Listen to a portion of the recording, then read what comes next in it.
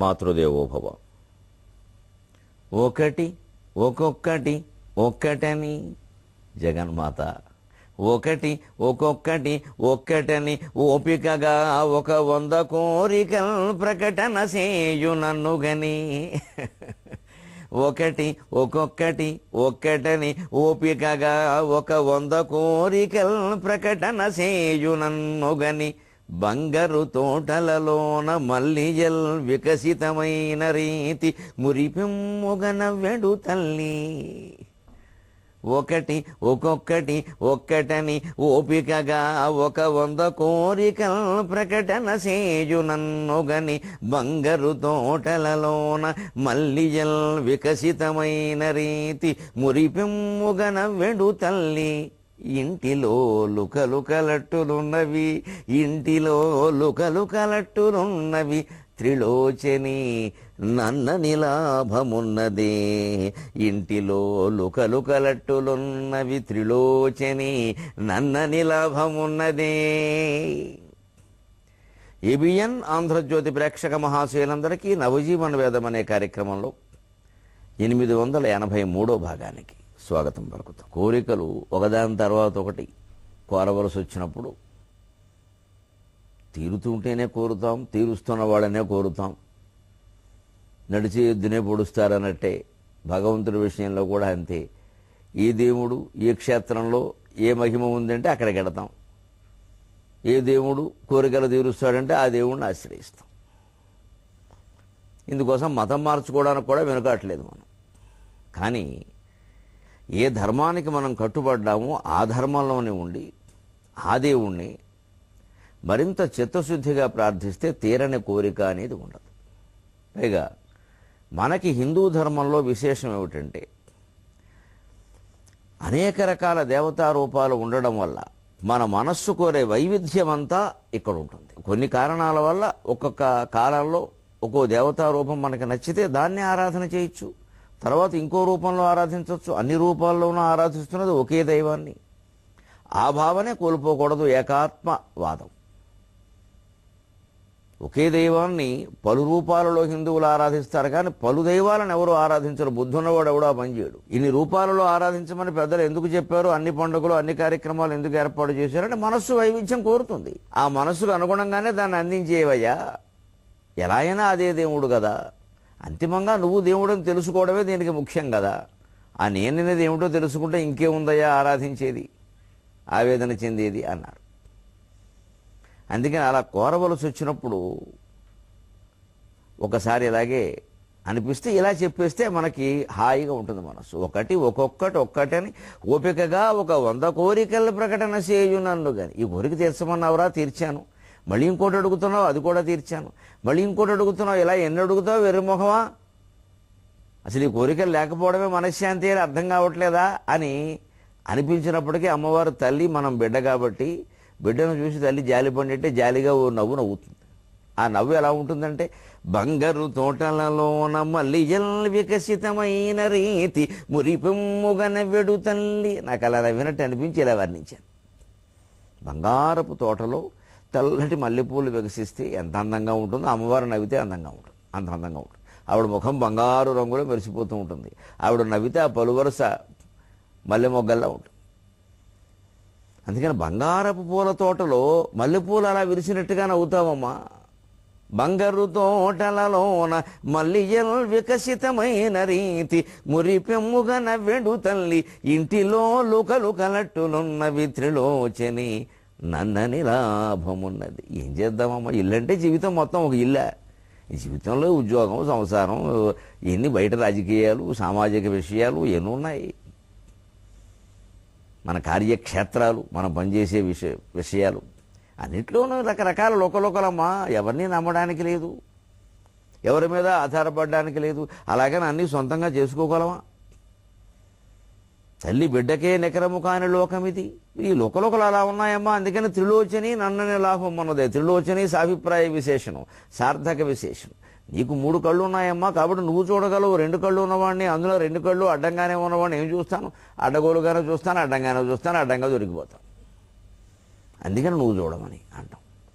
ఒకటి ఒక్కొక్కటి ఒక్కటని ఓపికగా ఒక 100 కోరికల్ ప్రకటన సేయునన్నుగని బంగారు తోటలలోన మల్లిజల్ వికసితమైన రీతి మురిపెమ్ముగన వెడు తల్లి ఇంటిలో లుకలుకలట్టులున్నవి త్రిలోచని నన్నని లాభమున్నదే. ఇక ఆ త్రిలోచని స్వరూపులైనటువంటి స్త్రీల గురించే మనం చెప్పుకుంటున్నాం, స్త్రీ శక్తి గురించి చెప్పుకుంటున్నాం.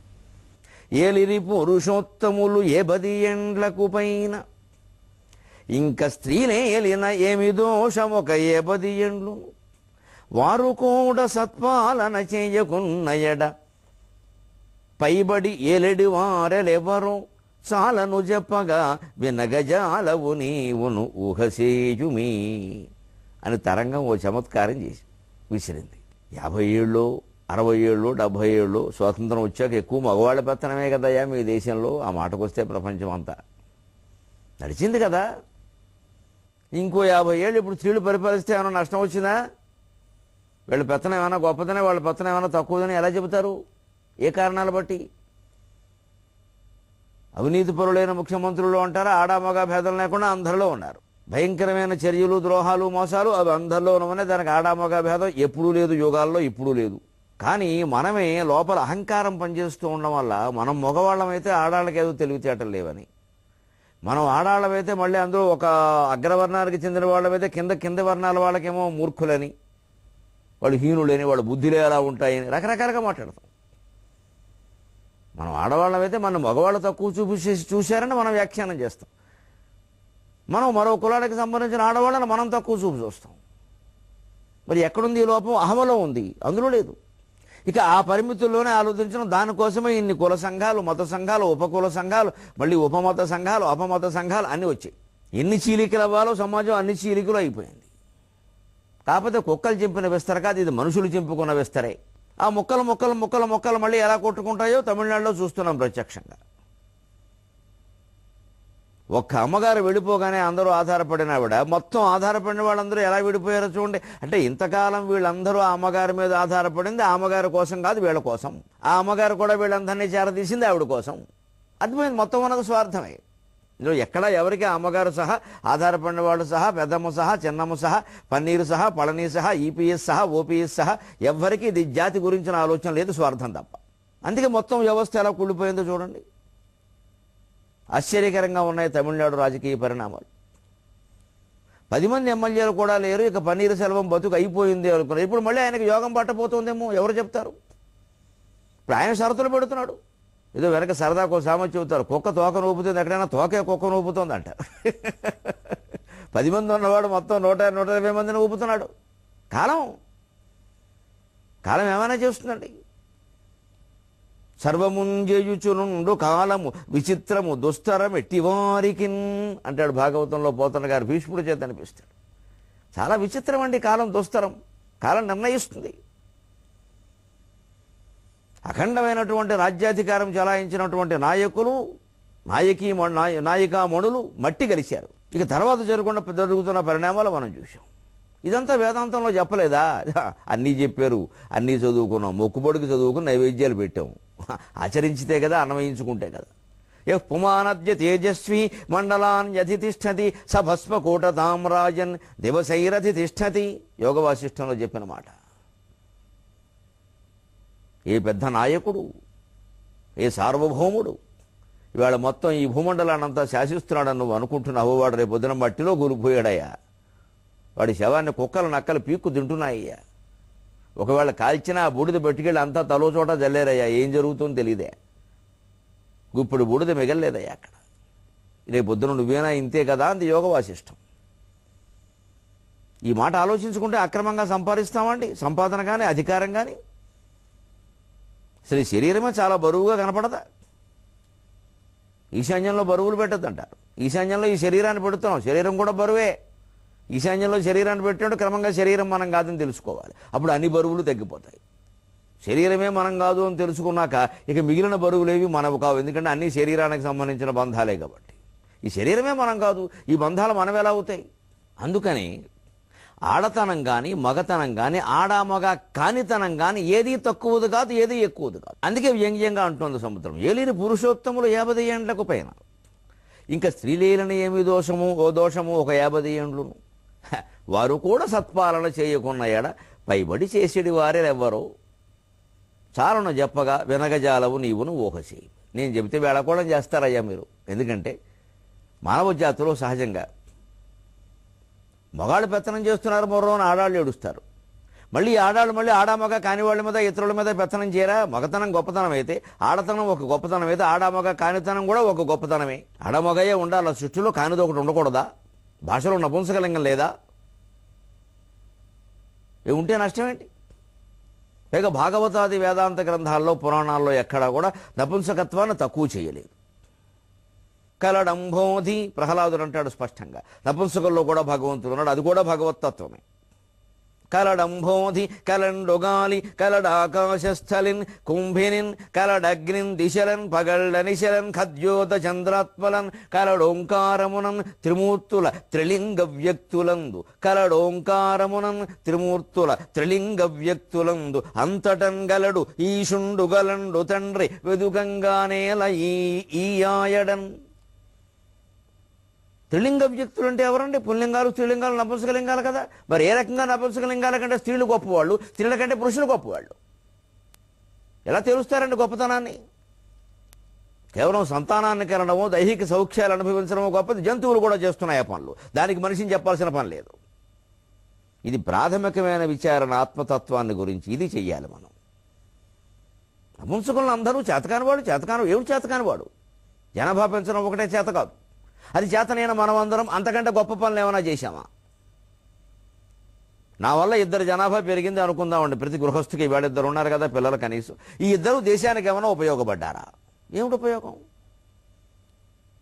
ఎక్కడెక్కడో ఏవో పనులు చేశారు వాళ్ళ బతుకుల కోసం, దేశం కోసం ఏం చేయాలి? అసలు కొంతమంది దేశమే వదిలేశారు, విదేశాలు వెళ్ళారు. అమెరికాలో కొందరు, ఆస్ట్రేలియాలో కొందరు, ఇప్పుడు మొత్తం తిప్పి పంపుతున్నారు, తిరుగుటపాలో పంపుతున్నారు. ఎక్నాలెడ్జ్మెంట్ రసీదు జత చేసి అమెరికా వాడిని ఆదర్శంగా తీసుకున్నాడు ఆస్ట్రేలియా, వాడి మార్గంలో పెడుతున్నాడు లండన్ వాడు, ఈ 3 మార్గాలు అనుసరించాడు న్యూజిలాండ్ వాడు. ఇక మన పిల్లలు విదేశాలకు వెళ్ళే అవకాశాలు బాగా తగ్గిపోయాయి. మంచికో చెడ్డకో, మంచిగా జరిగింది అనుకుందాం, మొత్తం అంతా వస్తారు, పల్లెటూళ్ళలో చేరతారు, వ్యవసాయాలు చేస్తారు, వ్యవసాయం బాగుపడుతుంది. నా ఆశ నాది. పంట భూమిని నాశనం చేసేసి రకరకాల వ్యాపారాలు చేశాం. ఇవాళ మళ్ళీ ఆ మట్టి ఆ భూమి దిక్కవుతాయి ఖచ్చితంగా. సంపాదించిన సొమ్ము ఏం చేస్తారు? ఎక్కడొక్కడ పెట్టాలి కదా. పెట్టుబడి ఎప్పుడు భూమి మీదే పెట్టాలి. ఎప్పటికైనా భూమి మనిషిని కాపాడేది. భూమి మీదే ఉంటున్నామండి. భూమి కాపాడకపోతే ఏది కాపాడుతుంది? ఆకాశం కాపాడుతుందా? అజ్ఞానం కానీ. అందుకని భగవంతుడు భగవత్ తత్వాన్ని తెలియజేసే గ్రంథాల్లో ఎక్కడా కూడా తన గురించి నేను అన్నింటిలోనూ ఉన్నాను అన్నాడు. సర్వం కల్విదమే భాగం నా అన్యదస్తి సనాతనం. దేవీ భాగవతంలో అమ్మవారు స్వయంగా చెప్పిన మాట, విష్ణు పురాణంలో విష్ణువు స్వయంగా చెప్పిన మాట, లింగ పురాణంలో శివుడు స్వయంగా చెప్పిన మాట. మనం అవి పట్టించుకోం. మనకు కావలసిన వాళ్ళందరూ, మనకి ఇష్టం లేని వాళ్ళందరూ మనం అవమానిస్తూనే ఉంటాం. అక్కడికి ఏదో మనలోనే పెద్ద ఏదో శక్తి ఉన్నట్టు. ఇక్కడ ఎవరిని అవమానించినా దేవుణ్ణి అవమానించినట్టే అని భావిస్తే అవమానాలు ఆగిపోతాయి. అవమానించాం, మందలించాం, మన కర్తవ్యం ఏదో మనం చేస్తాం. మందలించడం వరకు, అవమానించే హక్కు మనకి లేదు. ఆ మందలించడం కూడా ఎందుకంటే పని జరగాలి కాబట్టి. అందుకే ఏలెడివారెవరైనను, ఎవరు ఏలేరు అనేది సమస్య కాదయ్యా కవి. ఏలెడివారెవరైనను పాలితుల అభివృద్ధి చెంద పాటుపడవలెన్. పాలించు జన్మభూమిని చాలన్ కాపాడవలయు శ్రమదానములన్. ఏలెడివారెవరైనను పాలితుల అభివృద్ధి చెంద పాటుపడవలెన్. పాలించు జన్మభూమిని చాలన్ కాపాడవలయు శ్రమదానములన్. ఎవరు ఏలేరు అనేది ముఖ్యం కాదు, ఏలిన వారు ఏం చేస్తున్నారు అనేది ముఖ్యం. మనకి పత్రికలు సహా, మేధావులు సహా అన్ని వర్గాలు కూడా రకరకాల వర్గాలుగా చీలిపోయాయండి. పత్రికల్లో వ్యాసాలు రాసేటువంటి విశ్లేషకులు, మేధావులు కొంతమందిని చూస్తూ ఉంటాను నేను. ఎప్పుడూ ఒకే రకంగా రాస్తారు. వారికి నచ్చని పక్షం మంచి చేసినా వారికి నచ్చదు. వారు ఏదో ఆక్రమించేస్తున్నారండి ఆ రాష్ట్ర రాజకీయాల్లో కల్పించుకుని. ఆ రాష్ట్రంలో జరుగుతున్నది ఏదో జరుగుతుంది, వారేం కల్పించుకోవాలి, వీరు బుర్ర కల్పించుకుంది అక్కడ. ఈ వ్యాసం రాసేవాడు బుర్ర. ఎందుకంటే వాళ్ళు విస్తరించడం వీడికి ఇష్టం లేదు, అసలు లోపల కూళ్ళది. ఈ పత్రికా రచయితకి ఇష్టమైనటువంటి పార్టీ ఏదో ఉంది, అది వ్యాపించాలి, అది జరగట్లేదు. ఇంకోటి ఏదో వ్యాపిస్తోంది, వీడికి భయంగా ఉంది ఇక్కడ. అంటే ఇక్కడ ఈ వ్యక్తిలో ఉండే అహం, నేను నమ్మిందే సిద్ధాంతం, నేను అనుకున్నదే జరగాలి. ఇంకోటి ఏదో జరిగితే రాజకీయ వ్యూహం, నేను అనుకున్న వాళ్ళు చేస్తే అది ధర్మం. ఇక్కడే ఉంది మొత్తం కీలకం అంతా. ఇలా ఆలోచించకుండా ఉండగలిగితే అందరం సక్రమంగా ఉండగలుగుతాం. కానీ వేదికల మీద మాట్లాడేవాళ్ళు సహా, పత్రికల్లో వ్యాసాలు రాసేవాళ్ళు సహా, టీవీల్లో చర్చలు చేసేవాళ్ళు సహా వర్గాల కింద చీలిపోయి మొండిగా బండగా సమర్థిస్తున్నారు తమ మనుషుల్ని తాము. ధర్మమా అని ఆలోచించట్లా. మేం చేస్తే ధర్మం, అదే పని ఎదుటివాడు చేస్తే తప్పు. అందులో ఏదో వ్యూహం ఉంది. వాళ్ళకి ప్రయోజనం లేకపోతే ఎందుకు, ప్రయోజనం ఉందో లేదో, చేసింది మంచి పనే కదా, అది మెచ్చుకోవచ్చుగా. ముందు మెచ్చుకోడండి. 100 మంచి పనులు చేసినా ప్రభుత్వాన్ని తిడతాడు. ఎందుకంటే ఈయన అనుకున్న పార్టీ ప్రభుత్వంలో లేదు. మరే పత్రికల వారును ఈ మేధావులు అనుకునే పార్టీలో ఉంటాయి. అసలు ఈ మేధావుల్లో పార్టీ పెట్టమనండి, మూడు నెలల్లో మొక్కలైపోతాయి. ఎందుకు అవుతాయి? ఎంత మేధావితనం ఉంటే ఐకమత్యం లేనప్పుడు. అసలు ముందు మంచో చెడ్డో ఒక పద్ధతి పెట్టుకుంటే దానికి కట్టుబడి ఉండడం అనేది ఉండాలి. ఏమైనా సరే బ్రాహ్మణానాం అనేకత అన్నారు. బ్రాహ్మణులు అంటే మేధావులు అండి. ఈవేళ మేధావులంతా బ్రాహ్మణుల కింద లెక్క. మేధావులు ఐకమత్యంగా ఉండరు, సాధ్యం కాదు అది. ఎందుకంటే వాడికి ఏదో వచ్చిననే గర్వంలో ఉంటాడు వాడు. ఆ ప్రకారం అందరూ నడవాలంటాడు. కుదురుతుందా? అసలు నువ్వు చెప్పావు కాబట్టి తప్పు అంటాడు. అది తప్పు కాబట్టి తప్పు కాదు, నువ్వు చెప్పావు కాబట్టి తప్పు. ఆ మాట చెప్పడు. నిజంగా తప్పైతే తప్పని నిరూపించాలి. దానివల్ల భౌతికంగా, మానసికంగా, పర్యావరణ పరంగా, శాస్త్రపరంగా, ధర్మపరంగా వచ్చే నష్టాలు ఏమిటో నిరూపణ చేయాలి. ఏమీ లేకుండా తప్పు అంటున్నామంటే ఆ వ్యక్తి మీద మనకేదో ద్వేషం ఉందన్నమాట. ఎందుకు నష్టం జరుగుతుందో చెప్పాలి అక్కడ. అది కాలక్రమంలో రుజువు కావాలి. అవుతుంది, నిజమైతే అవుతుంది. మంచిది. ఏలేవారు ఈ పార్టీ ఆ పార్టీ అని మాట్లాడుకోవడం మానేసి చర్యలను బట్టి మాట్లాడుకుంటే అన్నీ బాగుంటాయి. తెలంగాణలో ప్రభుత్వం బాగానే పనిచేస్తుందని చాలామంది భావిస్తున్నారు. సత్యం అది. నేను చాలా వర్గాల్లో వింటున్నాను. సత్యం. ప్రజలు భావిస్తున్నారు. అలాగే భావించినంతకాలం ఆ ప్రభుత్వానికి తిరుగులేదు. ఏవో తేడాలు వస్తే వారి కర్మ వారు అనుభవిస్తారు. కానీ మనం ప్రజలు భావిస్తున్న దాన్ని కూడా మార్చేసి రాయాల్సిన పనే ఉంది. అలా రాస్తాం, అలా మాట్లాడతాం. ఎందుకంటే మనకి ఇష్టం లేని పార్టీ కాబట్టి. ఈ మన ఇష్టాన్ని బట్టే పార్టీలు ఉంటాయా? మేధావులే ఇలా ఉన్నారు దేశంలో. అంచేది ఏలడి వారెవరైనను పాలితుల అభివృద్ధి చెంద పాటుపడవలను. పాలితుల అభివృద్ధి కోసం ఏమాత్రం సాయం ఏ ప్రభుత్వం చేసినా వెంటనే ప్రశంసించాలి మనం. దాన్ని తోక పీకాల్సిన పని లేదు. పైగా ఏ ప్రభుత్వాలు ఎంత చేసినా, ముఖ్యమంత్రులు, ప్రధానమంత్రులు ఎన్ని వ్యూహాలు రచించినా, ఎంత చేసినా ప్రజలు శ్రమదానం చేయిందే, తమ జీవితాలకు తాము బాధ్యత వహించందే వ్యక్తి బాగుపడ్డు, వ్యవస్థ బాగుపడు. అదే శ్రమదానము, జన్మభూమి మొదలైనటువంటి అనేక పథకాలు పూర్వప్రభుత్వాలు పెట్టారు. ఇప్పుడు నడుస్తున్న స్వచ్ఛ భారతం నడవట్లేదా? స్వచ్ఛ భారతం అంటే ఏమిటంటే శుభ్రం చేసుకోమని ఒకటి చెప్పడం ఏమిటంటే మన కర్మ. కాకపోతే ఆగిపోయింది. మరి ఎక్కడ పడితే అక్కడ ప్లాస్టిక్ సంచులు పారేస్తున్నాం. రోడ్డు మీద నడిచే అవకాశం లేదు. తమిళనాడులో ఒక ఎద్దు విపరీతమైన వ్యాధితో బాధపడుతుంటే ఆ రైతు తట్టుకోలేక గడ్డి తినడం లేదండి, అలా అరుస్తోందండి. ఏమైందో చూడమని పశు వైద్యశాలకు తీసుకెడితే వాళ్ళు కోసి చూస్తే 38 కేజీల ప్లాస్టిక్ సంచులు కనపడ్డాయండి ఆ ఎద్దు కడుపులో. ఎంత దారుణం, ఎంత దారుణం. మనుషులు చేసిన హత్య కాదా ఇది? 38 కేజీల ప్లాస్టిక్ సంచులు, అందులో LED బల్బులు, సగం విరిగిన ట్యూబులైట్లు. ఆ ఎద్దుకి ఏం తెలుసండి? ఏదో ఉంది, తినేసింది. కనీసం ఈ ప్లాస్టిక్ సంచిలో ఆహారం పెట్టి పారేసే వాళ్ళకి ఒక విజ్ఞప్తి: ప్లాస్టిక్ సంచితో పారేయద్దు, ఆహారాన్ని విడిగా పారేయాలి. ప్లాస్టిక్ సంచి విడిగా ఓ చోట పెట్టాలి, అది వేరే చోటకి రీసైక్లింగ్ వెళ్ళిపోవాలి. ఆ జ్ఞానం మనకి లేకపోవడం వల్ల ఆ సంచిలోనే పెట్టి కుళ్ళిపోయిన అరటిపళ్ళు, మిగిలిన ఉప్మాను దాన్ని మూటగట్టి మళ్ళీ, ఎందుకంటే కంపొస్తుందేమో, మనకేమన్నా అవుతుందేమో, మనకేమన్నా అవ్వకూడదని ఎన్ని జీవులు చచ్చిపోయినా మనకు బాధ లేదు. ఆ జీవులన్నీ శపించట్లేదా? ఇంత మూటగట్టి అక్కడ పారేశాక ఎద్దో కుక్కో ఏదైనా సరే దాంట్లో ఏదో ఉందని దానికి అనిపిస్తుంది. పాపం అదేమన్నా ఇంగ్లీష్ మీడియం చదువుకుందాం మనకి, మళ్ళీ దానికి తెలియదు కదా. అదేదో ఇంత కనపడుతుంటే ఏదో ఉంది. మూత్తో పాపం ఇలా, దానికి భగవంతుడు చేతులు ఇవ్వలేదు, గోళ్ళు ఇవ్వలేదు, ఏం చేస్తుందండి? మనకి మళ్ళీ ముళ్ళ చెంచాలు, ఫోర్కులు, 5 స్టార్ హోటల్స్ దానికి లేవు. అమాయక జీవుల మరణానికి మనిషి ఎలా కారణం అవుతున్నాడో తెలుసుకుందాం, మన పద్ధతులు మార్చుకుందాం. కుళ్ళిన ఆహారాన్ని ఒక చోట పడేయాలి, ప్లాస్టిక్ సంచులు వేరే చోట పడేయాలి. రీసైక్లింగ్ అయ్యేవి కానివి అన్నీ ఉన్నాయి. ప్రభుత్వం వారు బుట్టలు కూడా ఇచ్చారు, నీలం రంగు ఆకుపచ్చ రంగు. ఆ బుట్టలు వేరే వాడేసి కూడా అన్నీ కలిపి వీధిలో వారేయడం. ఎవరు నేర్పుతారండి క్రమశిక్షణ? చంద్రశేఖరులు చంద్రబాబులు కాదండి, సాక్షాత్తు చంద్రశేఖరుడు వచ్చి పరిపాలన చేసినా, శ్రీమన్నారాయణుడు వచ్చి పరిపాలన చేసినా మారడం కష్టం. ఇవి అద్భుతాలు జరగాలి, మారాలని కోరుకుంటాం, కానీ మనం మారమండి. మనం మారడమే ఒక అద్భుతం. మనం చేసుకోవచ్చు ఆ అద్భుతాన్ని. ఇలా మాట్లాడే మనిషి నేను మాట్లాడడం మానేయాలంటే మానేయగలను, నా చేతిలో ఉంది అది. నేను మాట్లాడడం మానలేకపోతున్నా అంటే బలహీనత అనమాట అది. మనం మానేయాలనుకుంటే మానేయగలం, ఇంకా అనుకోలేదు కాబట్టి మాట్లాడుతాం. అవసరం ఉందని మాట్లాడుతాం, అవసరం లేదు అనుకుంటే తక్షణం చొక్క పెట్టేస్తాం. పెట్టలేకపోతే అది బలహీనత, ఏదో స్వార్థం ఉందన్నమాట. మరి నేను మాట్లాడడానికి కానీ, నేను మాట్లాడకపోవడానికి కానీ, నేను కారణం అవుతాను కానీ వేరే పరిస్థితులు ఎలా కారణం అవుతాయి? నా కత్తి మీద ఎవడన్నా గొంతు పెట్టి మాట్లాడమన్నాడా, పెద్ద గొంతు పెట్టి ఆపేయమన్నాడు? రెండూ జరగాల. ఇది ప్రతి వ్యక్తి మనం ఆలోచించాలి. ఇంతంత మూట కట్టి పారేస్తే ఆ ఎద్దు ఏదో ఉంది, పీకింది. కాసేపట్లో మళ్ళీ ఎవరో వచ్చి దాన్ని కొడతారు. అక్కడ తిన్నవారు కదా, అవకాశంగా దాన్ని పెళ్ళే పేరంటవా, దాన్ని ఎవరన్నా పిలిచారా భోజనానికి? ఎందుకు తినేస్తారండి? ఇంకా దానికి అందులో ఉన్నది రాకపోతే మింగేసింది. 38 కేజీలు మింగేసింది పాపం.